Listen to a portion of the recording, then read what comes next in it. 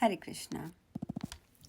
युधिष्ठिर महाराज ने पूछा, जनार्दन, मुझ पर आपका स्नेह है, अतः कृपा करके बताइए कार्तिक के कृष्ण पक्ष में कौन सी एकादशी होती है। भगवान श्री कृष्ण बोले, राजन, कार्तिक के कृष्ण पक्ष में जो परम कल्याण में एकादशी होती है वह रमा के नाम से विख्यात है। रमा परम उत्तम है और बड़े बड़े पापों को हरने वाली है। पूर्व काल में मुचुकुंद नाम से विख्यात एक राजा हो चुके हैं जो भगवान श्री विष्णु के भक्त और सत्य प्रतिज्ञ थे। निष्कंटक राज्य का शासन करते हुए उस राजा के यहाँ नदियों में श्रेष्ठ चंद्रभागा कन्या के रूप में उत्पन्न हुई। राजा ने चंद्रसेन कुमार शोभन के साथ उसका विवाह कर दिया। एक समय की बात है, शोभन अपने ससुराल के घर आए। उनके यहाँ दशमी का दिन आने पर समूचे नगर में ढिंढोरा पिटवाया जाता था कि एकादशी के दिन कोई भी भोजन ना करे, कोई भी भोजन ना करे। यह डंके की घोषणा सुनकर शोभन ने अपनी प्यारी पत्नी चंद्रभागा से कहा, प्रिय, अब मुझे इस समय क्या करना चाहिए, इसकी शिक्षा दो। चंद्रभागा बोली, प्रभु, मेरे पिता के घर पर तो एकादशी को कोई भोजन नहीं कर सकता। हाथी, घोड़े, हाथियों के बच्चे तथा अन्य पशु भी अन्न, घास और जल तक का आहार नहीं कर पाते। फिर मनुष्य एकादशी पर कैसे भोजन कर सकते हैं? प्राणनाथ, यदि आप भोजन करेंगे तो आपकी बड़ी निंदा होगी। आप ऐसा ना करें। इस प्रकार मन में विचार करके आप अपने चित्त को दृढ़ कर लीजिए। शोभन ने कहा, प्रिय, तुम्हारा कहना सत्य है। आज मैं भी उपवास करूंगा। देव का जैसा विधान वैसा ही होगा। भगवान श्री कृष्ण कहते हैं, इस प्रकार दृढ़ निश्चय करके शोभन ने व्रत के नियम का पालन किया। क्षुधा से उसके शरीर में पीड़ा होने लगी, अतः वे बहुत दुखी हुए। भूख की चिंता में पड़े पड़े सूर्यास्त हो गया। रात्रि आई। जो हरि पूजा, नारायण पारायण और जागरण में आसक्त वैष्णव मनुष्यों का हर्ष बढ़ाने वाली थी, परंतु वही रात्रि शोभन के लिए अत्यंत दुखदायिनी थी। सूर्योदय होते होते उनका प्राणांत हो गया। राजा मुचुकुंद ने राजोचित काष्ठों से शोभन का दाह संस्कार कराया। चंद्रभागा पति का पारलौकिक कर्म करके पिता के घर पर ही रहने लगी। नृपश्रेष्ठ, रमा नामक एकादशी के व्रत के प्रभाव से शोभन मंदराचल के शिखर पर बसे हुए परम रमणीय देवपुर को प्राप्त हुआ।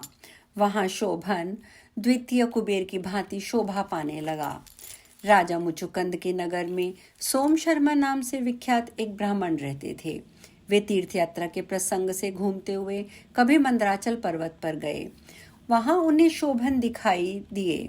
राजा के दामाद को पहचानकर वे उनके समीप गए।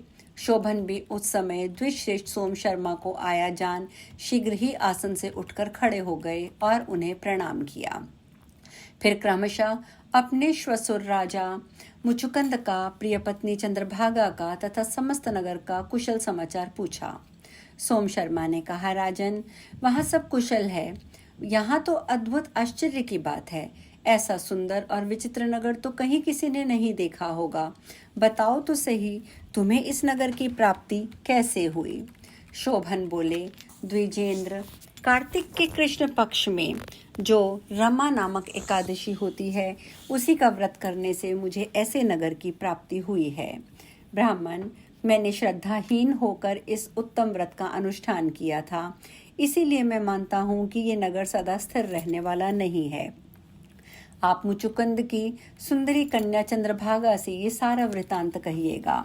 शोभन की बात सुनकर सोम शर्मा ब्राह्मण मुचुकुंदपुर में गए और वहां चंद्रभागा के सामने उन्होंने सारा वृतांत कह सुनाया। सोम शर्मा बोले, शुभे, मैंने तुम्हारे पति को प्रत्यक्ष देखा है तथा इंद्रपुरी के समान उनके दुर्गश नगर का भी अवलोकन किया है। वे उसे अस्थिर बतलाते हैं, तुम उसको स्थिर बनाओ। चंद्रभागा ने कहा, ब्रह्म ऋषि, मेरे मन में पति के दर्शन की लालसा लगी हुई है। आप मुझे वहां ले चलिए। मैं अपने व्रत के पुण्य से उस नगर को स्थिर बनाऊंगी। भगवान कृष्ण कहते हैं, राजन, चंद्रभागा की बात सुनकर सोम शर्मा उसे साथ लेकर मंदराचल पर्वत के निकट वामदेव मुनि के आश्रम पर गए। वहां ऋषि के मंत्र की शक्ति और एकादशी सेवन से प्रभाव से चंद्रभागा का शरीर दिव्य हो गया। तथा उसने दिव्य गति प्राप्त कर ली। इसके बाद वह पति के समीप गई। उस समय उसके नेत्र हर्षोल्लास से खिल रहे थे। अपनी प्रिय पत्नी को आई देख शोभन को बड़ी प्रसन्नता हुई। उन्होंने उसे बुलाकर अपने वाम भाग में सिंहासन पर बिठाया। तदंतर चंद्रभागा ने हर्ष में भरकर अपने प्रियतम से यह प्रिय वचन कहा, नाथ, मैं हित की बात कहती हूँ, सुनिए। पिता के घर में रहते समय जब मेरी अवस्था 8 वर्ष से अधिक हो गई, तभी से लेकर आज तक मैंने एकादशी के व्रत किए हैं और उनसे मेरे भीतर जो पुण्य साबित हुआ है, जो संचित हुआ है, उसके प्रभाव से ये नगर कल्प के अंत तक स्थिर रहेगा और सब प्रकार के मनोवांछित वैभव से समृद्धशाली होगा। नृपश्रेष्ठ, इस प्रकार रमा व्रत के प्रभाव से चंद्रभागा दिव्य भोग, दिव्य रूप और दिव्य आभरणों से विभूषित हो अपने पति के साथ मंदराचल के शिखर पर विहार करती है। राजन, मैंने तुम्हें तुम्हारे समक्ष रमा नामक एकादशी का वर्णन किया है। ये चिंतामणि तथा कामधेनु के समान सब मनोरथों को पूर्ण करने वाली है। मैंने दोनों पक्षों के एकादशी व्रतों का पाप नाशक महात्म्य बताया है। जैसे कृष्ण पक्ष की एकादशी है, वैसी ही शुक्ल पक्ष की भी है। इसमें भेद नहीं करना चाहिए। जैसे सफ़ेद रंग की गाय हो या काले रंग की, दोनों का दूध एक सा ही होता है।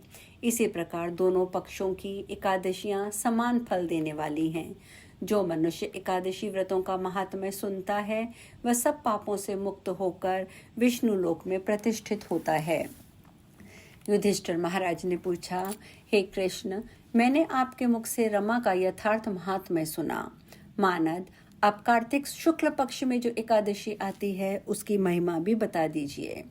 भगवान श्री कृष्ण बोले, राजन, कार्तिक के शुक्ल पक्ष में जो एकादशी होती है, उसका जैसा वर्णन लोक सृष्टा ब्रह्मा जी ने नारद जी से किया था, वही मैं तुम्हें बतलाता हूँ। नारद जी ने कहा, पिताजी, जिसमें धर्म कर्म में प्रवृत्त कराने वाले भगवान गोविंद जागते हैं, उस प्रबोधिनी एकादशी का महात्म्य बतलाइए। ब्रह्मा जी बोले, मुनिश्रेष्ठ, प्रबोधिनी का महात्म्य पाप का नाश, पुण्य की वृद्धि और उत्तम बुद्धि देने वाले पुरुषों को मोक्ष प्रदान करने वाला है। समुद्र से लेकर सरोवर तक जितने भी तीर्थ हैं, वे सभी अपने महात्म्य की अब तभी तक गर्जना करते हैं जब तक कि कार्तिक मास में भगवान विष्णु की प्रबोधिनी तिथि नहीं आती। प्रबोधिनी एकादशी को एक ही उपवास कर लेकर मनुष्य 1000 अश्वमेध तथा 100 राजसूय यज्ञ का फल पा लेता है। बेटा, जो दुर्लभ है उसकी प्राप्ति असंभव है तथा जिसे त्रिलोकी में किसी ने नहीं देखा, ऐसी वस्तु के लिए याचना करने पर प्रबोधिनी एकादशी उसे वह भी दे देती है। भक्ति पूर्वक उपवास करने पर मनुष्यों को हर बोधिनी एकादशी ऐश्वर्य, संपत्ति, उत्तम बुद्धि, राज्य, सुख प्रदान करती है। मेरु पर्वत के समान जो बड़े बड़े पाप हैं, उन सबको ये पाप नाशिनी प्रबोधिनी एक ही उपवास से भस्म कर देती है। पहले के 1000 जन्मों में जो पाप किए गए हों, उन्हें प्रबोधिनी की रात्रि का जागरण रुई की ढेर के समान जलाकर भस्म कर डालता है। जो लोग प्रबोधिनी एकादशी का मन से ध्यान करते हैं तथा जो इस व्रत का अनुष्ठान करते हैं, उनके पितर नरक के दुखों से छुटकारा पाकर भगवान विष्णु के परमधाम को चले जाते हैं। ब्राह्मण, अश्वमेध आदि यज्ञों से भी जिस फल की प्राप्ति कठिन है, वह प्रबोधिनी एकादशी को जागरण करने से अनायास ही सब कुछ मिल जाता है। संपूर्ण तीर्थों में नहाकर सुवर्ण और पृथ्वी दान करने से जो फल मिलता है, वह श्री हरि के निमित्त जागरण करने मात्र से मनुष्य प्राप्त कर लेता है। जैसे मनुष्यों के लिए मृत्यु अनिवार्य है, उसी प्रकार धन संपत्ति मात्र भी क्षण भंगुर है। ऐसा समझकर एकादशी का व्रत करना चाहिए। तीनों लोकों में जो तीर्थ संभव नहीं है, वे सब प्रबोधिनी एकादशी का व्रत करने वाले मनुष्य के घर में मौजूद रहते हैं। कार्तिक की हर बोधिनी एकादशी पुत्र और पौत्र प्रदान करने वाली है।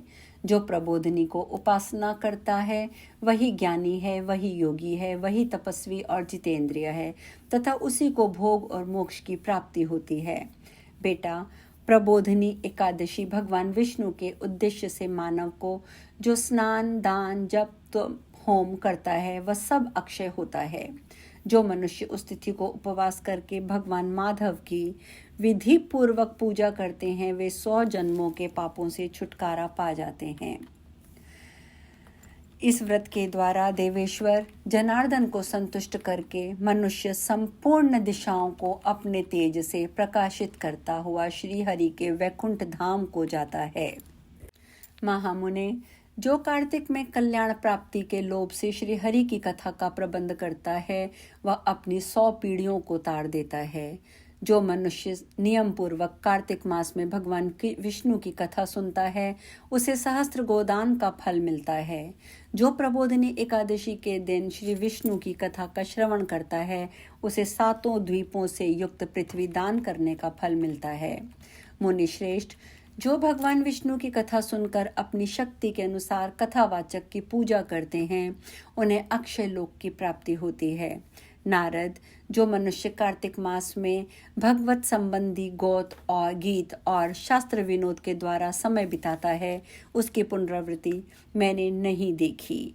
मुने, जो पुण्यात्मा पुरुष भगवान के समक्ष गान, नृत्य, वाद्य और श्री विष्णु की कथा करता है वह तीनों लोकों के ऊपर विराजमान होता है। आगे का महात्म्य हम कल करेंगे। आज हम कथा में यही विश्राम लेंगे। हरे कृष्णा।